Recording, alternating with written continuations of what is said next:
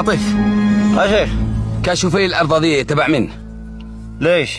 ناوي تشتريها؟ ناوي أوسع البناء.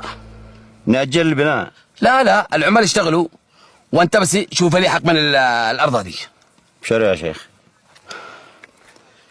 يلا يا شباب اشتغلوا يا رجال اشتغلوا، شدوا الهمة.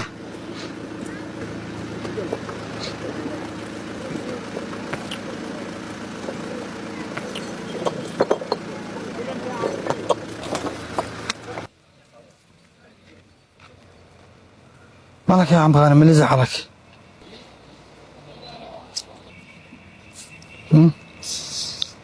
شو مهم ما تزعلني؟ شكلك مجبور. اشرب وما عليك. وإذا احتجت شيء ولا شيء تخرج مملوك لك. غانم بيخطط لشيء، تابع بعد رمزي واعرف لي غانم ليش بيخطط. تمام، عرف أمور طيبة.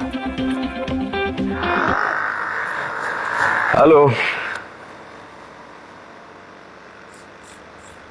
ايش؟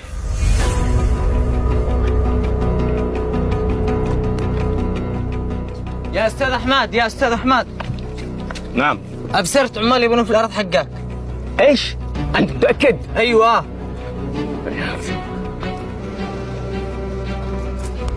مثل ما قلت لك، الأرضية هذه طلعت الحورية أم الدكتور أروى.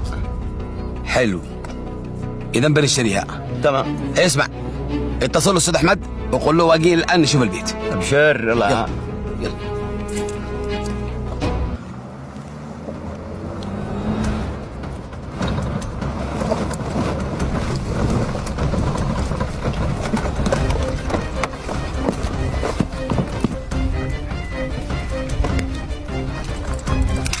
الف يا ابو صقر.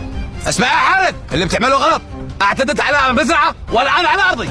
الارض في قريتي وأنا صاحب الأرض. بشتريها منك. ما شابع. مشوا على كيفك. شوف، بيعة جمال باطلة، والارض هذه لها ورثة وما حد معترف بالبيعة. اسمع كلام. الأرض هذه الجمل وأخوه، ولا تفاهمت معهم يا حارث. اسمع الكلام يا ابو صقر، تخرج الان من هذه الارض. اخرج من الأرض يا حارث. رد يا غانم رد.